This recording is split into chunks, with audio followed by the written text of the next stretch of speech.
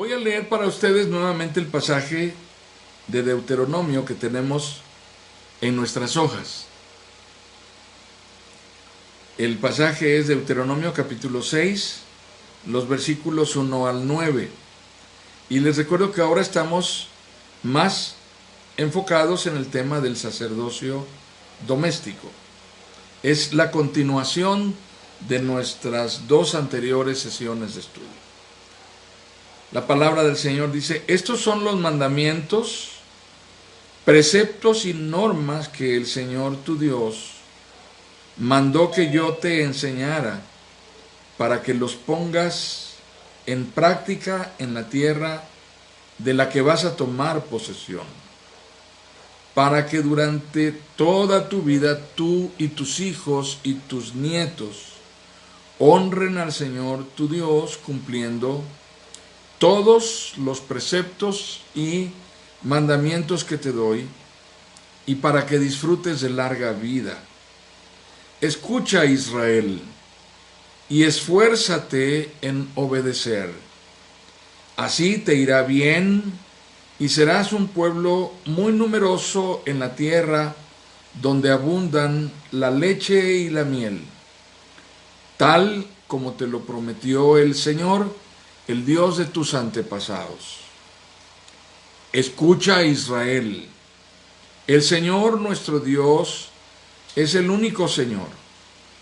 Ama al Señor tu Dios con todo tu corazón y con toda tu alma y con todas tus fuerzas.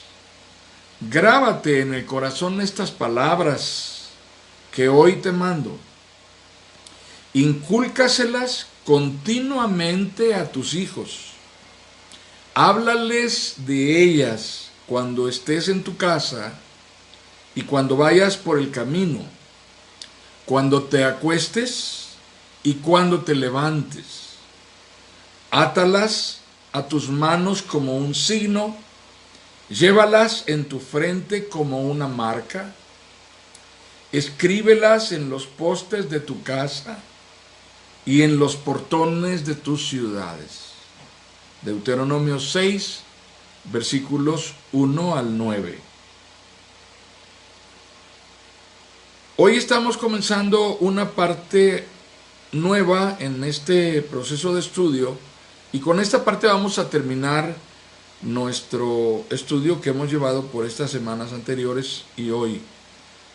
El tema de hoy es la forma en que somos heridos por una forma deficiente de custodia. Es una manera deficiente de ejercer la asignatura de custodia sobre alguien que nos ha sido dado por Dios.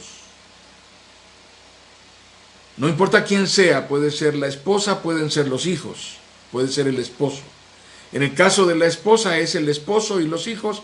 En el caso del esposo es la esposa y los hijos. Hemos hablado ya antes de que los cónyuges están recíproca y mutuamente bajo custodia el uno del otro, y que es una custodia así establecida por Dios. En el orden de Dios, el matrimonio significa mutua, recíproca y voluntaria sujeción al otro. En esa forma de relación, en esa forma de vínculo es como hay bendición. Ahora bien, aquí hay 5 apartados de los que vamos a tratar hoy. La primera manera en la que una custodia deficiente puede lesionar a aquellos que están bajo nuestro cuidado es que no hay un referente categórico, un referente claro de Dios y de su carácter. No hay un referente claro del propósito y de la voluntad de Dios. Y si lo hay, desafortunadamente es comunicado de una manera que hiere, de una manera abusiva, de una manera violenta o, en su defecto, de una manera evasiva, elusiva, de una manera en la cual evita compromiso o evita ejercer la custodia. Entonces, esto representa una manera lesiva de ejercer custodia. ¿Por qué? Detrás de esto hay un principio. Recordemos el pasaje fundacional de la creación de Génesis capítulo 1. Cuando Dios establece la creación del hombre a su imagen, tanto del hombre como de la mujer, y luego dice que los bendijo y les ordenó que ejercieran dominio y les delegó esta potestad. Lo que Dios estaba haciendo, y esta parte es esencial comprenderla, particularmente desde este pasaje de Génesis 1, porque no es Génesis capítulo 51, no es Apocalipsis, es Génesis capítulo 1, desde donde Dios está estableciendo el sentido de propósito de la asignatura que le da al ser humano, hombre y mujer.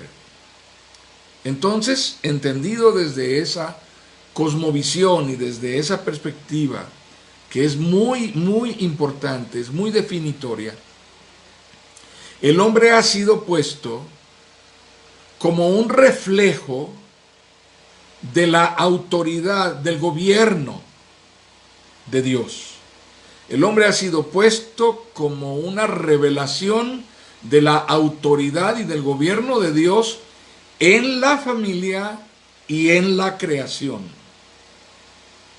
Por lo tanto, en todo acto de autoridad que el hombre desarrolle, en todo acto de autoridad que el hombre desempeñe, el hombre debe estar consciente de que lo que está haciendo es un reflejo hacia quienes están bajo su cuidado y hacia la creación del orden y del gobierno de Dios.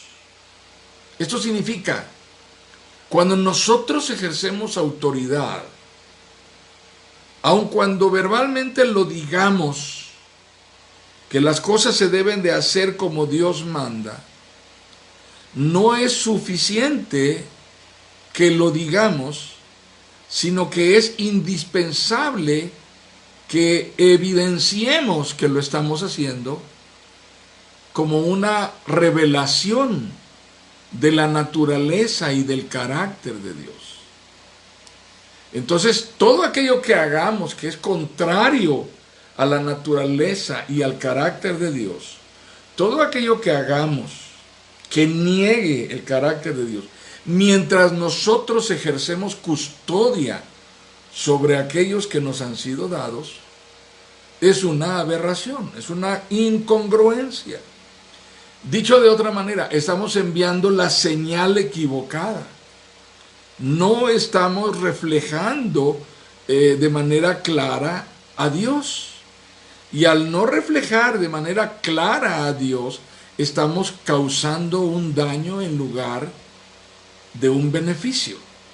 Entonces, la primera forma en que somos heridos por una deficiente custodia radica en esto, en que no hay una clara referencia de la naturaleza y del carácter, del propósito y de la voluntad de Dios. Y cuando lo hay, cuando logramos comunicar que detrás de lo que estamos haciendo está Dios, porque lo hacemos por orden de Dios, lo hacemos de una manera que causa un mal precedente.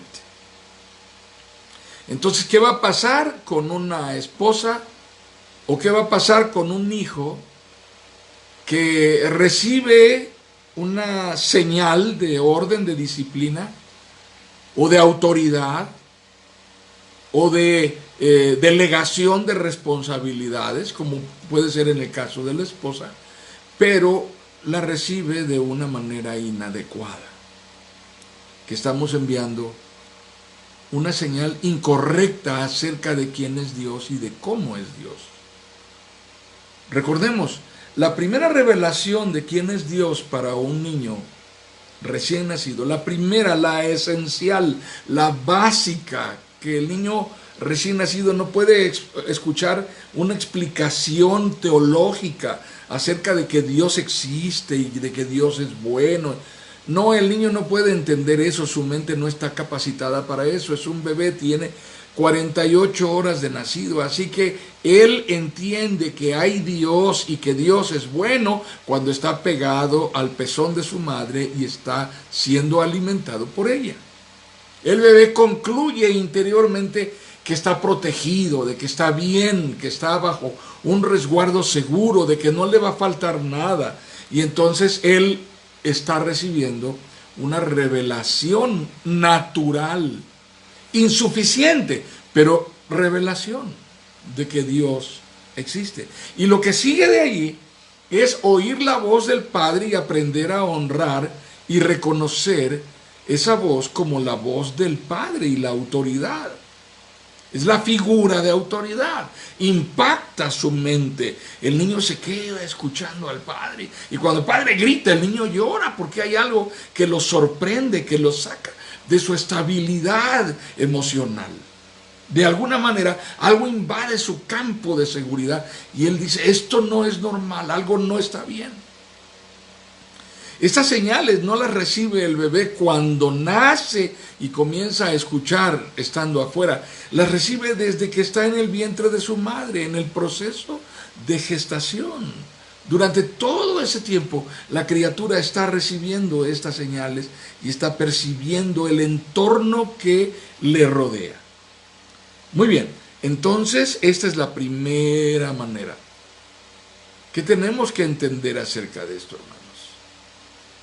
Que todo lo que dice aquí Deuteronomio capítulo 6 del 1 al 9 y todo lo que la palabra de Dios acerca de la paternidad nos enseña es una revelación clara de que el ejercicio del matrimonio responsable y la paternidad responsable significan una forma de custodia que muestra el carácter de Dios. Que debemos apegar nuestra manera de tratar a las personas que están bajo nuestra custodia a este signo prioritario y esencial de nuestra labor como responsables de ellos. Debemos ser una revelación de Dios para ellos. Menuda tarea, o sea, no estamos solos en eso, porque se supone que esto es algo que hacemos en yugo con la esposa. Es como arar la tierra no se ara con un solo animal, se necesitan dos que arrastran el yugo, que arrastran el arado. La yunta está constituida por dos. Esa es la razón por la cual no es bíblico y no funciona la paternidad soltera. Yo sé, ya una vez entrados en gastos, ¿qué le vamos a hacer? Hay que sacar adelante las circunstancias y la situación, y por eso las madres que están solas son bendecidas por Dios. Los padres que están solos son bendecidos por Dios, porque Dios es fiel y es misericordioso. Lo hizo con Agar, la esclava de Sara, a la cual Abraham fue a echar al desierto. Dios le dijo, despídela. Y Dios no desamparó a aquella mujer en medio del desierto, que era la madre del hijo de su hombre elegido para el pacto. Entonces así Dios va a tratar con nosotros. Dios va a bendecir a nuestros hijos, Dios va a cuidar de ellos, los va a proteger, pero nosotros tenemos que ser cuidadosos de qué señales les estamos enviando y qué es lo que les estamos grabando cuando les tratamos de comunicar nuestro rol de custodia sobre ellos. ¿Tiene sentido para ustedes lo que estamos tratando de compartir aquí? Entonces es muy importante entender, no desde la perspectiva de que ya que le voy a hacer, tengo que cuidar a estos chamacos y mantener a esta mujer que ni de mi familia es, ni modo, no, ya me metí en camisa de 11 varas y donde que comen, como, ay, Padre Santo. ningún dinero me alcanza y ahora que ya es el hot sale quieren comprar tal y cual cosa y no. Te comienzas a angustiar por las cosas y entras en crisis. Pero, ¿cómo estás transmitiendo tu custodia? ¿Cuál es la señal que están recibiendo acerca de tu manera de ejercer custodia? Como padre, como esposo. Y aquí está, ser una revelación de la naturaleza y del carácter de Dios. No es fácil, nadie dijo que fuera fácil. Es tan difícil que el apóstol Pablo dice, a los solteros le digo, ojalá se quedaran como yo. Pero a los que ya están allí, dicho en buen griego, atórenle. Se trata de reflejar la naturaleza de Dios. Entonces, estamos en esta circunstancia de pensar y reflexionar, ¿cómo puedo ser un buen esposo, un buen padre, que no solamente sea bueno porque es bonachón, buena gente, como una especie de Santa Claus joven? No, ¿cómo puedo asumir una responsabilidad de custodia que refleje el carácter justo, fiel, protector, proveedor de Dios, a la vez que amoroso, cercano, confiable? No es una labor menor. Y aquí está, esta es la primera parte de en dónde podemos estar siendo inconsistentes en nuestra comunicación de la señal correcta, de una custodia que refleje verdadera protección. Muy bien, vamos a la siguiente parte. La siguiente parte tiene que ver con que cuando nuestra forma no es la correcta, vamos a comunicar custodia deficiente porque no existe una clara comunicación de la certidumbre de soporte que lleva a la persona a sentirse verdaderamente protegido y amparado. Déjenme les explico esto. Apenas el viernes pasado, en el estudio con el grupo de mujeres,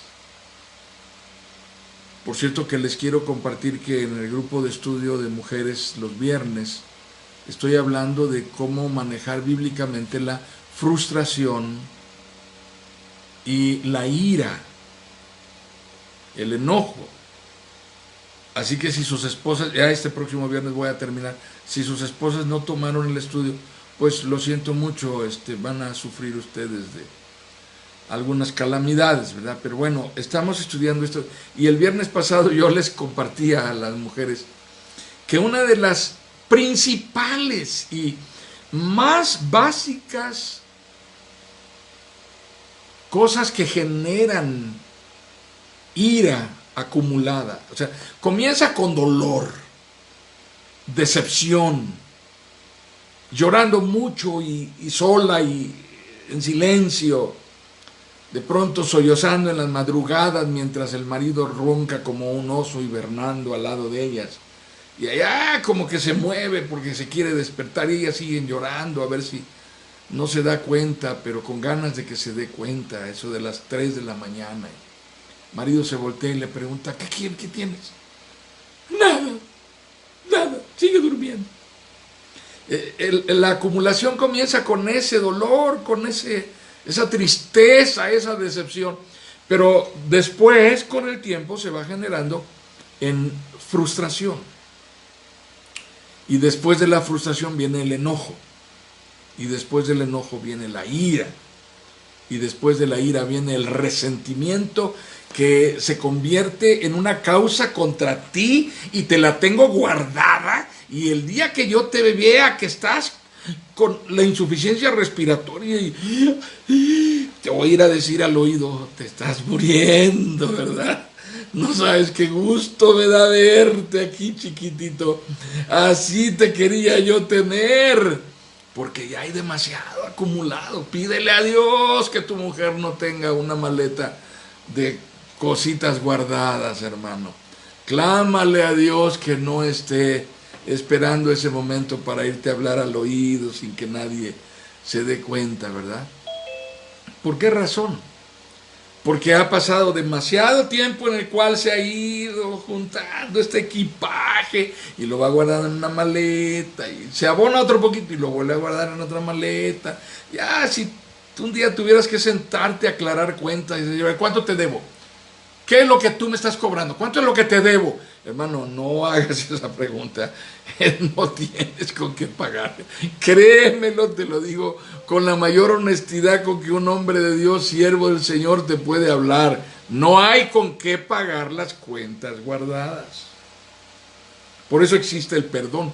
Por eso Jesucristo habló del perdón diario, cotidiano. Así que entendamos esta dimensión de la verdad. Una de las principales y más dolorosas fuentes de resentimiento, de amargura, de enojo, es la incertidumbre que comunicamos nosotros. Cuando nos voltean a ver y nosotros tenemos que dar la señal en el momento oportuno, en la circunstancia oportuna, dar la dirección hacia dónde debemos de correr todos, y en ese momento cuando nos voltean a ver a nosotros, decimos, ¿y a mí por qué me voltean a ver? ¿Yo qué? Pregúntele a su mamá. Yo, ¿por qué? Yo, o sea, ya. Y uno batea la asignatura. Hace como el torero, ¿verdad? Una Verónica así de toda la plaza completa rodeando con el capote y deja ir el toro para que todo el mundo grite ole. Pero aquí no nos gritan ole. Todo el mundo se va diciendo, ¿cómo es posible? O sea, no, mi papá, le hablamos y le decimos, al marido le cuento, le platico, le digo, oye, urge, y hace como que la Virgen le llama. O sea, no puede ser. No hay una cosa que genere más incertidumbre que esto. Vi una de estas cosas que les llaman memes.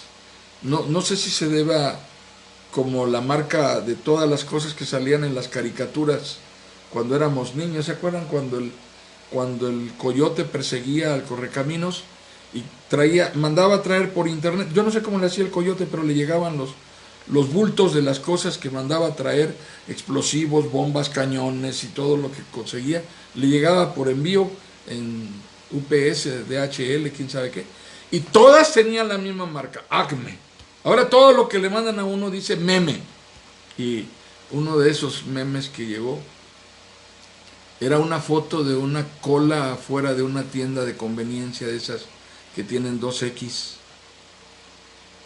Era una fila larguísima de hombres esperando a ser atendidos, guardando su distancia de 1,5 metros cada uno detrás del otro. Habían más de 30 hombres formados en la fila y el meme decía, son los papás que están esperando a pagar su pensión alimenticia para sus hijos. Lo extraño es que todos salen con sus 2 paquetitos de cervezas. Así que es interesante la manera en que el hombre común que no conoce a Dios comunica certidumbre. Y en este punto estamos hablando de que no existe una clara comunicación de certidumbre del soporte. ¿Qué es lo que constantemente estamos transmitiendo en un matrimonio que tiene constantes, recurrentes fricciones y que cada vez que hay un conflicto, cada vez que hay una crisis, hacen un simulacro de evacuación como cuando hay un simulacro de temblor? Va a haber hay una hecatombe adentro de la casa y en este momento sonó la alarma y haga de cuenta como las escuelas primarias, todo el mundo, no corro, no grito, no empujo y después salen corriendito hacia afuera y ya me voy y te largas y no... es un ritual que se repite. Y quien lo ve, desde donde lo vea, si tiene menos de 1 metro de estatura, si tiene más de 1 metro de estatura, si tiene casi 2 metros de estatura y es tu esposa, quien lo ve, llega a la conclusión de nosotros vivimos en un permanente simulacro. Lo que tenemos aquí no es una familia, lo que tenemos aquí es un ensayo. Repetimos los mismos parlamentos, el libreto. Cada semana, en algún momento de la semana, vamos a ensayar de nuevo. Y vuelve a pasar la misma escena. Y no la podemos grabar, nos quedamos pendientes para ver qué va a pasar. Pasa otra semana y vuelve a la misma escena, a donde se dicen hasta la despedida y te agarran su maleta y ya me voy. Arrastran a los chamacos y 3 días después regresan y vamos a intentarlo de verdad. Mira que esa transmisión de incertidumbre, de que estamos en un ensayo, de que no vivimos en una familia, de que no nos vamos a... O sea, no estamos diciendo, nunca la gente puede entender, no, esto no es un simulacro. Esto no es un ensayo, no, esto es para toda la vida. Tu madre y yo vamos a morir en la raya, vamos a cumplir nuestros votos, nosotros prometimos y nadie se va a ir de aquí. Aquí vamos a estar. Vamos a cumplir con la palabra empeñada. Y nos vamos a ocupar de ustedes. Y ustedes van a estar bien y no les va a faltar nada. Yo me voy a hacer cargo de que ustedes estén bien y terminen de crecer y tengan la certidumbre necesaria. Es tremendo eso, hermanos. Es devastador entender cómo podemos impactar ya desde allí, enviando la señal de que esto es definitivo. No sé lo que vaya a pasar, pero yo me voy a morir en la raya haciendo la parte que me toca que Dios me dio. Se trata de transmitir una clara afirmación de respeto por la dignidad, por la aceptación, por la certidumbre afectiva, por el interés en el bienestar. Una evidente incondicional para cada uno de los que están bajo nuestro cuidado. Así que alguna vez como padres hacemos declaraciones que valdría la pena reconsiderarlas. Yo recuerdo un padre que me dijo, mis hijas ya saben que el día que una de ellas me falle, fuera. Me quedé pensando, este hombre va a la iglesia, este hombre hasta se ha parado a enseñar la Biblia. O sea, ¿cómo le ha impactado lo que ha leído en la palabra de Dios a lo largo de todos sus años de caminar religiosamente? Que cuando alguien que ha estado bajo su cuidado fracasa, lo va a dejar morir en el camino. No va a ir a recogerlo. Hace unas 2 semanas mi esposa y yo habíamos salido, era nuestro día de hacer el mandado. Así que salimos a un supermercado, a donde solemos ir, y saliendo de este lugar, no pudimos regresar por donde nuestro camino, porque justo en medio de la avenida estaban atravesados 2 vehículos. Uno de una manera y otro de otra manera, que la calle estaba bloqueada. Tuvimos que tomar el sentido por otro lado y evitar pasar por allí, porque lo que había sucedido es que evidentemente fue una deducción nuestra. Un vehículo conducido por una señorita iba en el carril de la derecha con la ventana abierta y llevaba en el asiento trasero a su mascota, un perrito muy bonito, grande. y al lado de ella, en el carril izquierdo, la rebasaba un vehículo en una velocidad mayor, y en el momento en que este vehículo la iba a rebasar, el perrito salta, el otro vehículo lo impacta y queda exactamente tendido sobre la cinta asfáltica y los dos vehículos detenidos, de manera que no había paso. La muchacha estaba llorando a gritos por el accidente que había sufrido su mascota, que tendría ya algunos años de edad, por lo tanto no era una mascota recién adquirida. Me pregunto si eso podemos sentir por un perro o por un gato. ¿Cuánta certidumbre podríamos ser capaces de comunicarles en materia de incondicionalidad a un hijo o a una esposa, en el sentido de poderle decir, no importa lo que pase, yo nunca me voy a apartar de mi promesa, yo voy a estar aquí hasta que me muera, puedes contar conmigo, no importa, lo peor que puedas hacer, no importa. Dios ha tratado conmigo de tal manera que lo que Dios ha hecho conmigo en mi caso, en mi vida, me dice que yo no puedo ser menos para contigo. Así que nuestros hijos no debieran tener miedo de decirnos las cosas en las cuales han fracasado.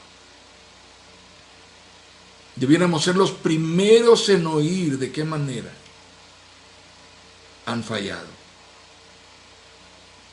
No es fácil escuchar esto, hermanos. Las personas deben tener evidencias reiteradas y certificación constante de la incondicionalidad de nuestro amor. No debiéramos jamás hacerle sentir a nuestra esposa, yo te voy a amar hasta el día que me muera, o hasta el día que tú te mueras, siempre y cuando me hagas mi sopita como me la hacía mi mamá. O sea, no. Amas a tu esposa, aunque tengas 10 años de casado, y jamás haya logrado hacerte un huevo estrellado con la yema tierna como te la hacía tu madre. Todas las veces se le revienta. Después de 10 años ya la toleras y dices, es mi esposa. Me voy a comer el huevito como me lo dé.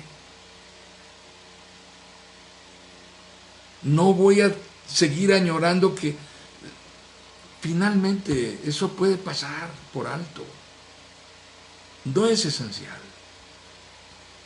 Entonces, aquí está de por medio un aspecto muy profundo que tiene que ver con las evidencias que damos, la manera en que certificamos la incondicionalidad de nuestra custodia sobre ellos. Esto es el soporte para las personas que dependen de nosotros. Hermanos, ustedes lo han probado. Ustedes que están casados, que tienen mujer y tienen hijos, lo saben. Tú puedes llegar y decirle a tu esposa que te corrieron del trabajo, que el negocio se cayó, que no te pagaron, que no vendiste nada, lo que tú quieras. Y mientras el ánimo de tu esposa esté sano, lo que tu esposa te va a decir es, no importa, vamos a salir adelante, vamos a ver cómo le hacemos. Claro, los años transcurren y después de 7 años de decir, pues no me pagaron, no, me despidieron otra vez, ya me han despedido 7 veces de diferentes trabajos. Pues ya comienza a generar alguna incertidumbre y duda y dice, ay, algo no está bien. ¿Qué no estás haciendo bien? Pero mientras tanto, hay una actitud. Nuestros hijos estarán dispuestos a hacer algo para ayudarnos. porque nos ven agobiados, nos ven angustiados. Pensarán que ellos pueden apoyar. No es extraño que un hijo adolescente le diga a su papá: me voy a salir de la escuela para ir a trabajar, para ayudarte, papá. Y el papá le diga: no, no, no, para nada. No necesito que hagas eso. Yo veré cómo le hago. ¿Por qué es eso? Porque les importa más la certidumbre que les transmitimos, el soporte que reciben desde una actitud de incondicionalidad en nuestro amor, en nuestra aceptación, en nuestro trato con ellos, que lo que podamos darles, materialmente hablando. Muy bien, vamos al tercer punto. El tercer punto es: no hay certidumbre en la transmisión de valores. Es otra manera de herir, de lesionar por una deficiente custodia. No hay certidumbre en la transmisión de valores, principios y reglas que definen los límites, los estándares de riesgo, los códigos y los patrones de comportamiento socialmente aceptados, o en su defecto, la forma de comunicarlos fue siempre bajo un esquema de reprobación. En nuestra cultura, la afirmación positiva hacia el comportamiento de los hijos no es común. Es más usual la reprobación. Es más fácil escuchar a los padres diciendo: eso no se hace así, ¿qué te pasa? No sirves para nada, no te puede uno encargar absolutamente nada, vete de aquí, eres un inútil. A decirle: a ver, ven, te voy a enseñar cómo se hace, obsérvalo. Mira, tomas esto, lo pones así, y lo vas moviendo de esta forma. Y enseñarlo una, enseñarlo 2 veces, enseñarlo 3 veces. Recordemos cuáles son las cosas que mejor aprendimos y cómo las fijamos. Es posible que las mejores cosas que aprendimos a lo largo de nuestro desarrollo, desde la niñez hasta hoy, hayan sido cosas que aprendimos de una mala manera. Y cada vez que recordamos ese aprendizaje, lo recordamos de una mala forma, con dolor, con resentimiento, con pesar, con amargura. Pero se trata de marcar límites. Y los límites están establecidos para la seguridad. Si no establecemos fronteras claras, las personas pueden irse por el precipicio sin darse cuenta nunca de que estuvieron en riesgo y que tuvieron oportunidad de salvarse. Así que cuando el capítulo 6 de Deuteronomio nos habla de los estatutos, de los mandamientos, de los decretos de Dios, tiene sentido porque eso no es una forma de agobiarnos. Los estatutos, los decretos, los mandamientos que Dios le dio a su pueblo era una evidencia de su amor protector. Los demás pueblos no tenían eso. Y Dios estaba dándole esto a su pueblo porque amaba a su pueblo. Nosotros ponemos reglas en casa porque amamos a los nuestros. Supón tú que tu esposa y tú están acostumbrados a que hay una hora de llegar habitualmente a casa. Y que hay confianza y que ambos creen en el otro y por lo tanto no están angustiados ni agobiados ni preocupados por el hecho de que el otro está en camino de regreso. Y se tarda 10 o 15 minutos y voltean a ver el reloj. Ok, ya viene en camino, ha de haber encontrado un embotellamiento, tráfico, etc. Pero sucede que no tardó 15 minutos, tardó una hora y media. ¿Qué es lo primero que hace una esposa o un esposo? Toma el teléfono y le marca a su esposa. Pero sucede que tu esposa no te contesta. o el esposo no contesta. Sucede que vuelve, insiste, y el teléfono manda a buzón. Y sucede que insiste después de 1 hora y media y después de 2 horas, y ya preguntaste en casa de alguien, compañero de trabajo, amigo o familiar, si sabe algo, y no te saben dar ninguna noticia. Se fue de aquí cuando era la hora de salir y nos despedimos y punto. Así que llega un punto en el cual estás ansioso, angustiado, preocupado.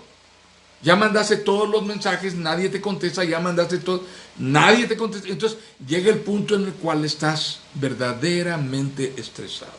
Y en ese momento se abre la puerta. Tratas de mantener el control. ¿Qué pasó? No, pues es que resulta que me encontré con fulano, me encontré con mi amigo, me dijo, oye, tiene tiempo que no nos vemos y nos sentamos a platicar, nos tomamos un café y no, pero olvídate, se nos hizo tarde. Y el celular, no, pues se me quedó sin pila y ya no te pude contestar. Pero ¿qué provoca, qué sentimiento comunica a la otra persona? No tuviste la atención de llamarme para decirme que estabas bien y yo todo el tiempo estuve angustiado por ti. No tuviste la amabilidad, la generosidad de llamarme para decirme, no hay problema, todo está bien. Eso genera un sentimiento de dolor, de decepción. Porque cuando te ha pasado a ti, te exigen que lo hagas. Y cuando te ha pasado a ti, tal vez tuviste la atención de, voy a llegar un poquito tarde porque aquí estoy atrasado, extra trabajo, o no sé, la razón que sea. Ahora imagínate cuando esto se trata de un hijo, a los 18, a los 17, y te dice, voy con los amigos, y esos amigos a ti no te dan confianza, pero regreso temprano, a las 10 ya estoy aquí, y dan las 11:30 y no ha llegado, y no te contesta, y tú estás generando adrenalina, y ya estás angustiado, y ya llamaste quién sabe cuántas veces. Los límites no son para agobiarnos. Dios no estableció mandamientos para fastidiarnos la vida. Dios lo hizo como una evidencia de su amor protector. Cuando un padre pone normas y reglas en una casa, deben ser evidencia de un amor y de una custodia protectora. Los esposos se ponen normas el uno al otro. Yo no sé si en su casa funcione, hermanos, pero los maridos y las esposas se ponen normas el uno al otro. A lo mejor a valores entendidos no están escritas en ningún lado. ¿Sí? Pero tenemos que ser responsables acerca de esos límites. No solamente para custodiar que los demás los cumplan, sino también nosotros cumplirlos y comunicar. Y esto es esencial y es volver nuevamente al pasaje de Génesis. Es volver nuevamente a Génesis 1. Nunca erigirnos nosotros.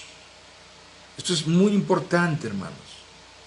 Nunca erigirnos nosotros como el referente último y absoluto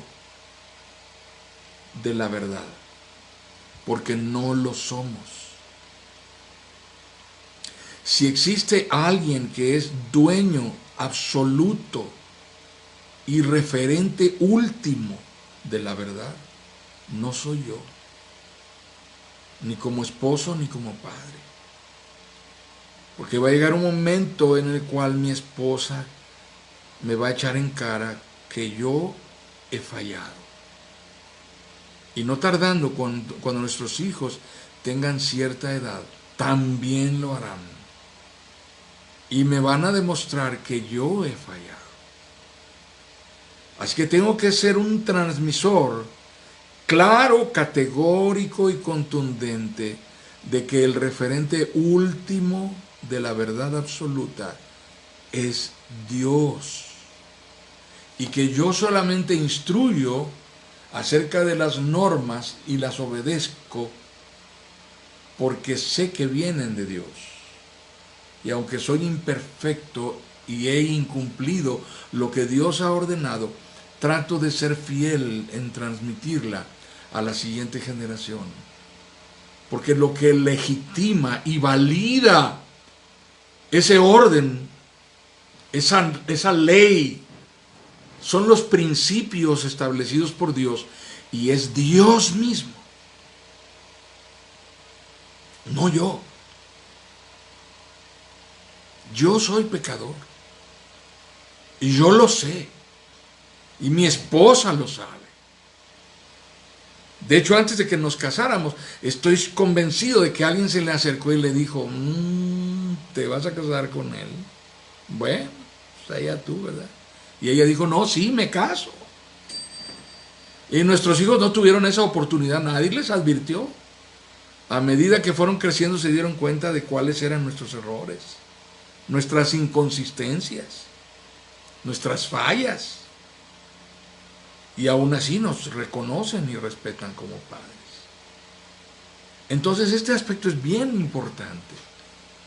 Entender que es indispensable que reciban una clara comunicación de las fronteras, de los límites, de las reglas, de los principios, del orden de Dios, no de mi orden. Yo recuerdo de niño a mí se me dijo más de una vez, porque lo digo yo y se acabó. Y ustedes lo habrán escuchado alguna vez. Díganme qué sentimiento provoca eso. Lo dijo mi papá, con eso es suficiente para mí. Gloria a Dios, ya lo oí, mi padre dijo, lo dije yo y basta. Voy a obedecer porque mi padre lo dijo. No, hermanos, provoca rebeldía. Cuando llegamos a ese punto de gritar porque lo dije yo y se acabó, ya estamos en un punto de reto, de desafío, en donde alguien nos está mirando y se queda diciendo, bueno, nomás porque lo dices tú, ¿verdad? Y se dan la vuelta y se van caminando, dándonos las espaldas y musitando entre dientes una oración por nosotros, ¿verdad? En favor de su papito. Así que no podemos asumirnos como los propietarios de la verdad última y absoluta. Muy bien. Hay algo más que tenemos que compartir. La disciplina y la corrección se aplica de manera circunstancial y eso lastima. El orden no puede ser establecido dependiendo de cada circunstancia. Observemos cuántas veces Dios estableció mandamientos, cuántas veces Dios estableció mandamientos. Si leemos la Biblia con claridad y con detenimiento, nos daremos cuenta que lo hizo una vez. Estos son los 5 libros de la ley. Así que un aprendizaje para nosotros, si queremos comunicar certidumbre acerca de los límites, es que no definamos el orden dependiendo de cada circunstancia. Definamos el orden como un sistema de vida. Y no discutamos cada vez que el hijo pide un permiso. El hijo vino, la hija quiere que le demos permiso para ir a una pijamada en casa de una amiga.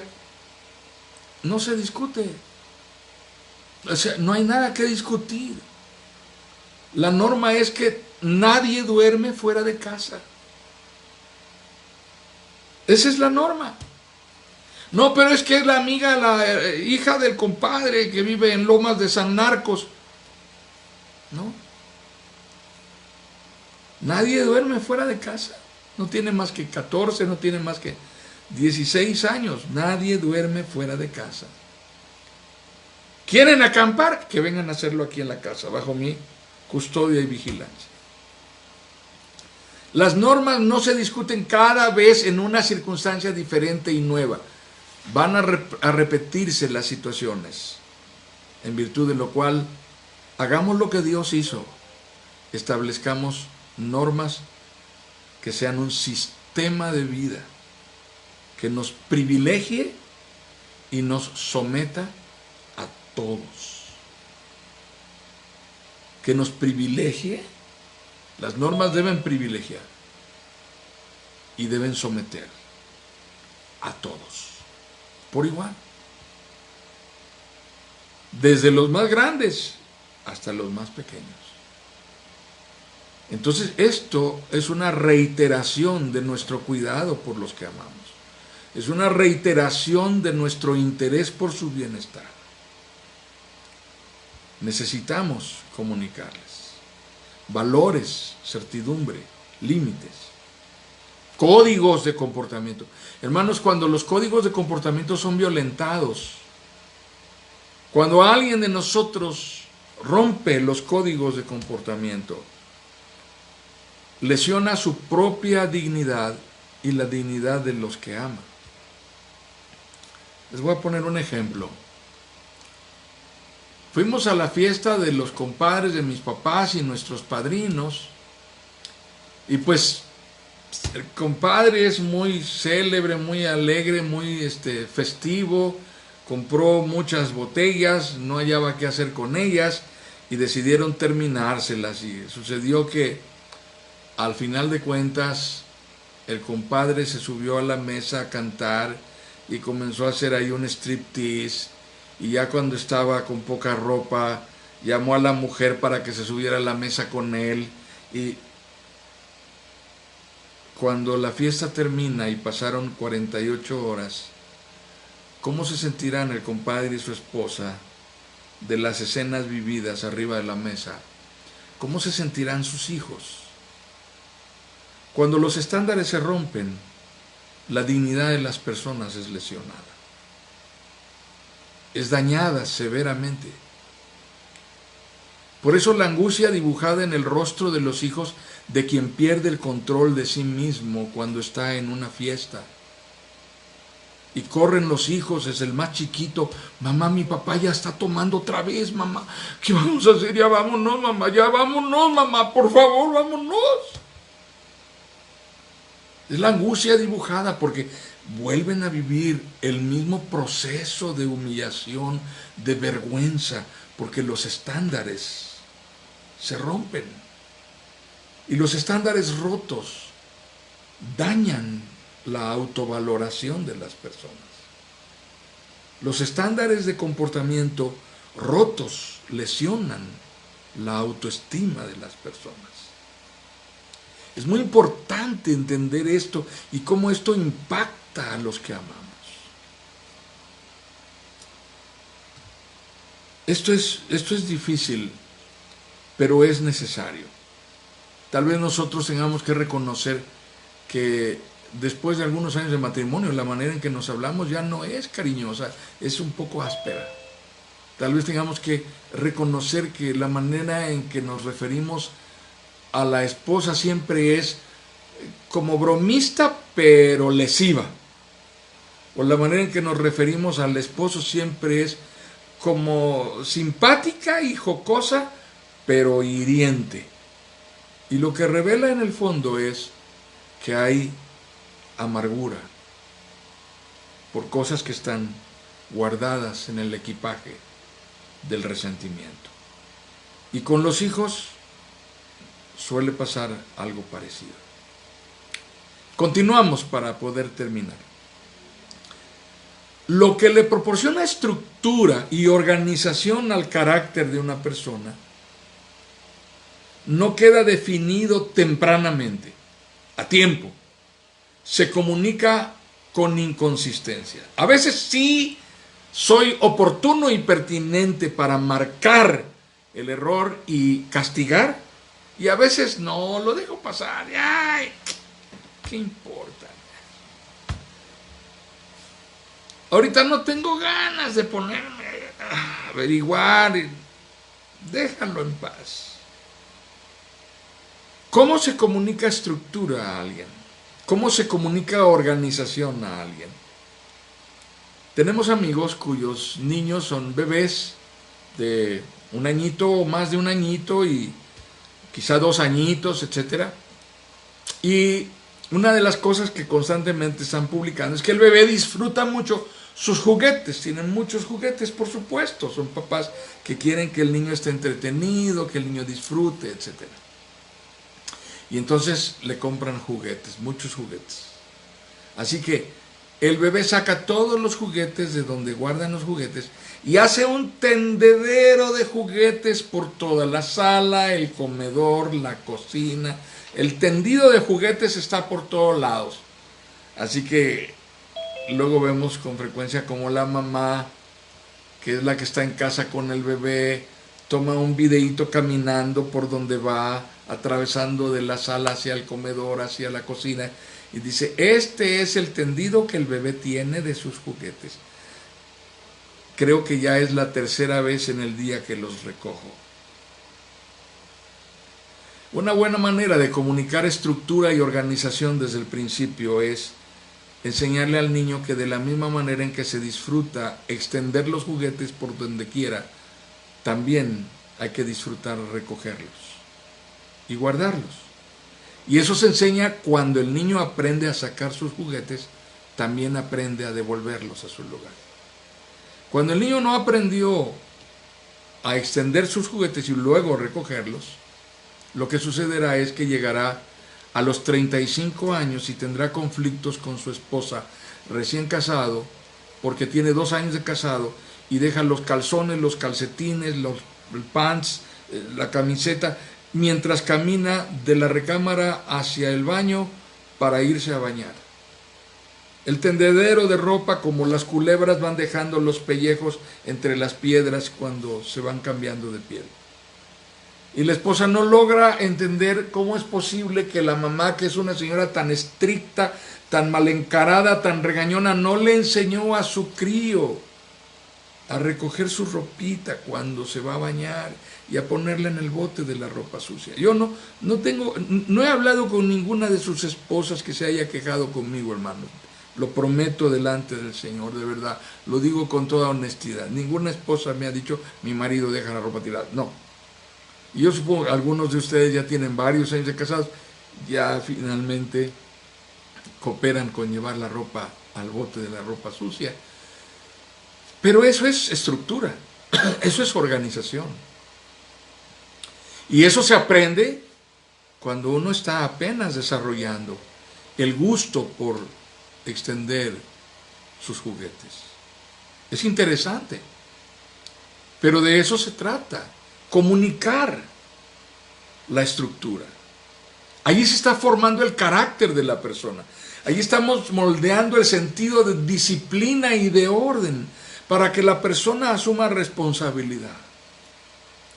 El día de mañana no será necesario que alguien esté obligando detrás del niño con una chancla en la mano para que se siente a hacer su tarea y a los gritos y ándale chamaco y termina la plana, porque hay una manera de transmitirle al niño que hay un tiempo para hacer tarea, hay un tiempo para jugar, hay un tiempo para ver la televisión, hay un tiempo para echarse en el regazo de su papá y de su mamá, hay un tiempo para ir a dormir. Y esos tiempos están marcados con claridad y forjan el carácter disciplinado de una persona. Aprende desde allí a normar su comportamiento. Pero cuando bendecimos con alguien, estableciendo la estructura y organización desde temprano, vamos a bendecir a la siguiente generación. Porque esa misma estructura y organización va a ser transmitida a la descendencia. Paso al último asunto. La persona a la que se le comunica una custodia deficiente percibe que la figura de autoridad es alguien con quien no puede contar. Alguien que no es confiable. Alguien de quien solo recibirá condenación. Alguien de quien tiene que cuidarse. O alguien ausente que ha evadido la responsabilidad de ejercer custodia responsable sobre su vida. Esto es una cosa muy dolorosa, hermanos. muy dolorosa. Todos nosotros en algún momento de nuestro desarrollo vivimos momentos angustiantes por alguna razón. Nos reprobaron en una materia y estábamos angustiados por, se va a enterar mi papá, ¿cómo se lo digo a mi mamá? Ya no es una materia, son dos. Una circunstancia verdaderamente espantosa que te generaba ansiedad y no sabías con quién hablarlo. ¿Quién es la persona más confiable para ti? ¿A quién se lo contarías primero y antes que nadie? ¿A quién le dirías que estás atravesando por una circunstancia sumamente adversa, que te tiene aterrorizado y que no sabes cómo resolver? ¿Con quién hablaría tu esposa si ustedes tienen una gran dificultad? ¿Quién le parecería a ella la persona más confiable a quien se acercaría? ¿A su comadre? ¿Que se ha divorciado 2 veces? ¿Crees que sea una buena consejera para tu esposa? ¿A su amiga de la prepa que era una loca?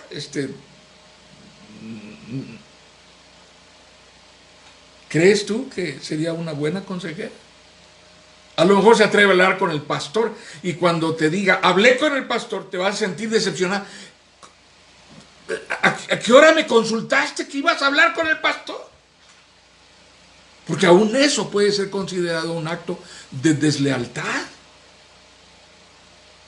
Que alguien de los dos se atreva a sacar el asunto y hablarlo con una tercera persona sin haber consultado al otro. Para mí como pastor ha sido un aprendizaje acerca de esto. Cuando una mujer viene a hablar conmigo y me dice, no, es que tenemos problemas y esto, y yo ya no soporto y ya no sé qué voy a hacer. Lo primero que le pregunto, es, ¿ya lo habló con su esposo? ¿Su esposo sabe que está hablando conmigo? Ay, no, por favor, no le vaya a decir que le vine a hablar. ¿Cómo puedo ser un instrumento de bendición si tengo prohibido tocar el asunto con él? La única manera en la cual tendría una posibilidad de ayudar, es que él sepa y esté de acuerdo en que el pastor pueda acompañarles en este proceso. Pero si esto es su decisión personal y me prohíbe que hable con él, pues es muy difícil. Puedo orar, pero necesitamos algo más que orar. Hay que hablar de estas cosas. Y aparentemente ustedes ya no están siendo capaces de hablar entre ustedes. Así que entendamos la dimensión de esta capacidad de comunicar con fiabilidad. Hija, no importa lo que pase, siempre te podrás acercar a mí, contarme lo peor que haya sucedido. Siempre estaré allí para ti, siempre escucharé con atención lo que tengas que decir. Mi amor no estará condicionado a si apruebas materias o no, si quedaste en la universidad o no. Mi amor no estará condicionado a si solo sacas 10 o no. Mi amor no estará condicionado a si te embarazas o no. Mi amor no estará condicionado. Te amaré incondicionalmente. No hay nada con lo cual yo me pueda raspar, quitar de la piel que tú eres mi esposa, que tú eres mi hijo, que tú eres mi hija, que yo soy tu esposo, que yo soy tu padre. Así que voy a estar ahí para ti. Créeme, tendré la capacidad de oírte. Tendré la capacidad de escucharte. No te prometo que no me va a doler lo que te está causando sufrimiento, pero te prometo que sabré escucharte y sabré estar contigo hasta las últimas consecuencias. Hace algunos años, una iglesia grande en una ciudad como a 3 horas y media de aquí, me pidió a mí ir a dar unas conferencias junto con mi esposa en un congreso para matrimonios. Y estuvimos allí. El domingo el pastor me cedió el púlpito en la iglesia. Las conferencias se hicieron en diferentes lugares, en algunos salones de hoteles, y finalmente cerramos con una gran celebración el domingo a mediodía. Y cuando estábamos el domingo en el culto me tocó predicar. Y yo recuerdo haber dicho, entre otras cosas, acerca de esto, de qué tan confiables comunicamos ser a los que amamos. Había tratado ese asunto el sábado en una conferencia de matrimonios, y luego en una conferencia para hombres también recuerdo haber hablado de esto enfáticamente. Y ese día, el domingo, cuando estábamos en la iglesia, yo recuerdo haber dicho esto exactamente así como lo voy a platicar. Vivimos tiempos violentos, aciagos, sumamente difíciles, y no sabemos las cosas que puedan pasar a nuestro alrededor. La incertidumbre y la inseguridad que nos rodean deben ser enfrentadas con certidumbre que podamos comunicar desde dentro de nuestra familia, de nuestro vínculo de custodia. De tal manera que el día que suceda la cosa más trágica que pueda suceder, Dios no lo quiera. Recuerdo vívidamente haber dicho esto. Dios no lo quiera, pero el día que suceda la cosa más trágica que pueda suceder, yo puedo decirles que si yo estuviera tendido en la plancha de la morgue, yo quisiera que mi hijo fuera quien identificara mi cuerpo y dijera, sí, es mi padre. Porque si el que estuviera allí fuera mi hijo, yo sé que yo sería quien hiciera eso.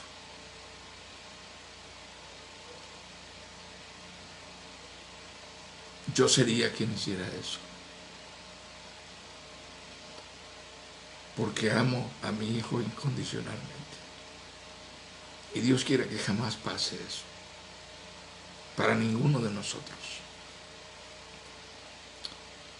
Cuando terminó el culto y estábamos comiendo con algunos hermanos, uno de los hombres de la iglesia se nos acercó y nos dijo, pastor, el hermano que estaba de tal lado de la iglesia con su esposa, hace unos meses perdieron a su hija que fue secuestrada. Ella estudiaba en otro estado, en otra ciudad. Y les tocó ir desde aquí después de tener a su hija desaparecida por no sé cuántos días a identificar el cadáver de su hija universitaria.